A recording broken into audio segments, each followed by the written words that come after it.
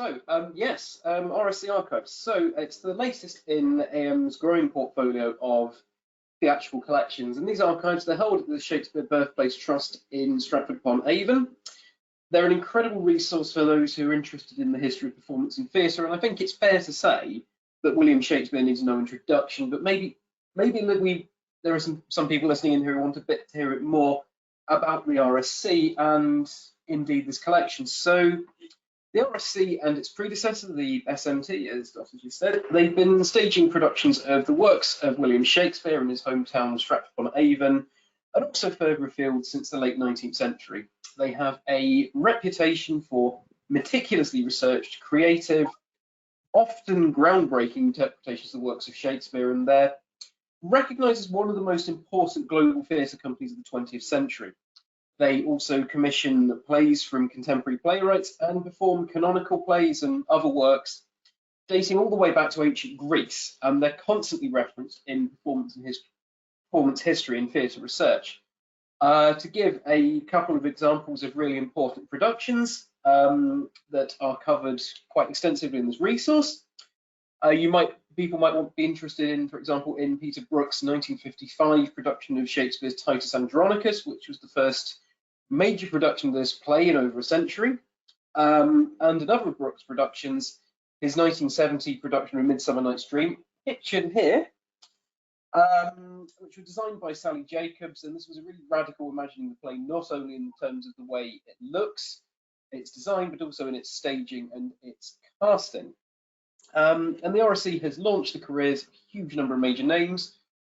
Just among actors, they include Judi Dench, Helen Mirren, Vanessa Redgrave, David Tennant, Kenneth Branagh, Patrick Stewart, and Ben Kingsley, just to name a few. Among the directors whose work can be traced in this collection, John Gielgud, Peter Hall, Deborah Warner, and Sam Mendes. So that's the RSC. What about the resource? Well, its backbone is the RSC's vast trove of prompt books, of which over 1,400 feature here. Majority of these are for productions of the works of Shakespeare, but over 600 plays by a range of playwrights are represented. To give you a comparison there, Shakespeare himself wrote or co-wrote 37, give or take, depending on whose view of it you're looking at.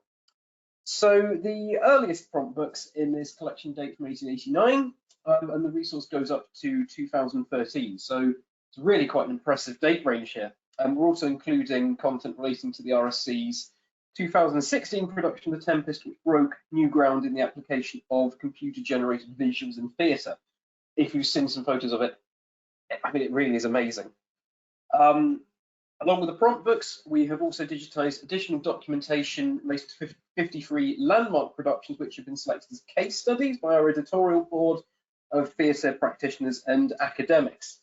These include the two productions just mentioned. Another couple of examples are Trevor Nunn's quite famously austere 1977 Macbeth, Everyone Wears Black, the only real sort of scenery is a white circle on the stage, and David Edgar's epic 1980 adaptation of Dickens' Nicholas Nickleby. We've also digitized the RSC's copy of first collected edition of Shakespeare's works, printed back in 1623, known as the First Folio.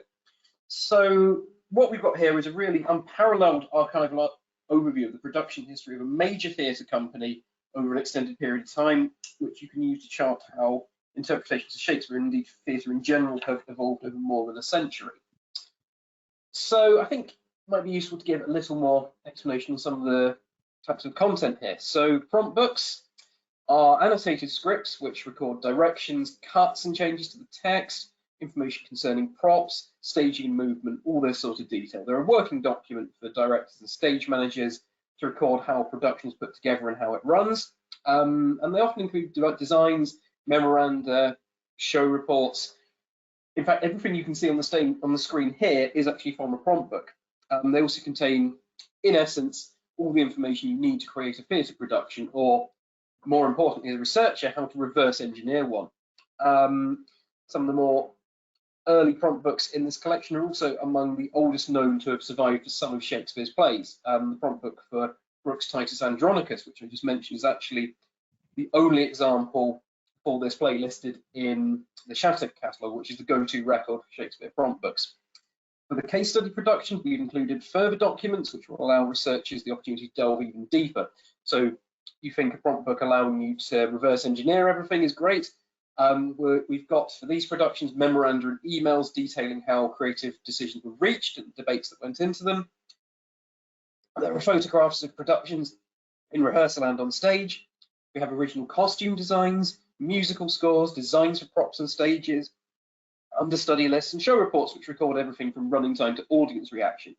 And as I'm also alluded to, we're also including a copy of the first folio, so you'll be able to compare contemporary productions with the earliest authoritative text of many of these plays, although I should add that each copy of the folio is unique due to the compositor's various spellings and the fact that much of the volume was being proofed while it was being printed. Not, I should add, common practice in the publishing industry today. And there are some great tools to aid research as well.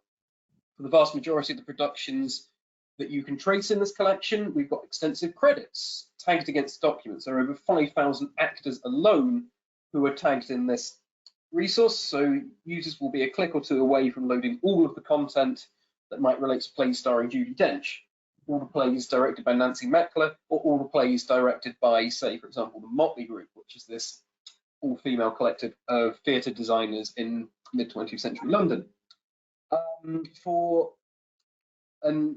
To maximise the opportunities for comparative study, there will also be a new split-screen viewer, which can be used to compare any two documents in the resource right next to each other. So you can compare two prompt books for different productions of the same play, production records for a play with the prompt book relating to it, or even costume designs with photos of the actors on stage. We've got contextual essays written by leading scholars, including pieces on staging, how directors interpreted Shakespeare's plays of different eras, and how to read prompt books and get the most out of them. We've also included video interviews, which we worked with key RSC personnel for. So we've got an introduction to the company and its history and its practices with the artistic director emeritus, Greg Doran, for example. And with this being a really visually rich collection, there are galleries to browse through the visual highlights, not just the designs and photographs, but also stage plots and more technical drawings, which you can use to retrace how actors moved on stage. There are also biographical profiles of major contributors, a glossary of theatrical and RSC specific terminology, and the chronology of major events in the company's history, all of which provide additional content for all of the documents included and all in one place in one website. So I thought I'd also bring up some highlights here. So this is a personal highlight of mine.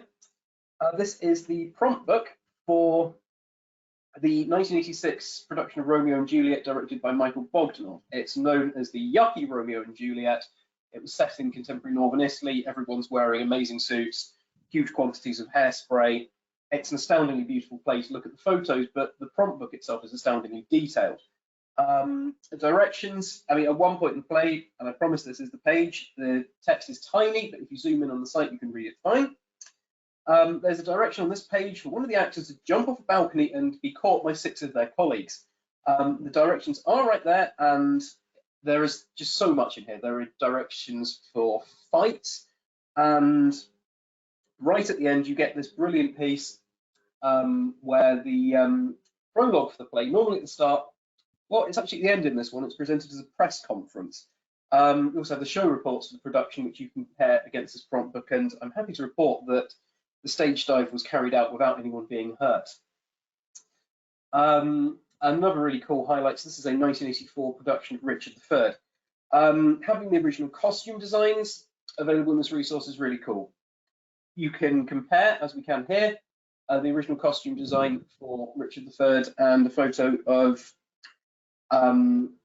the eventual costume being worn by the late Tony Sher on stage, playing Richard. As you can see, it's a lavishly designed production.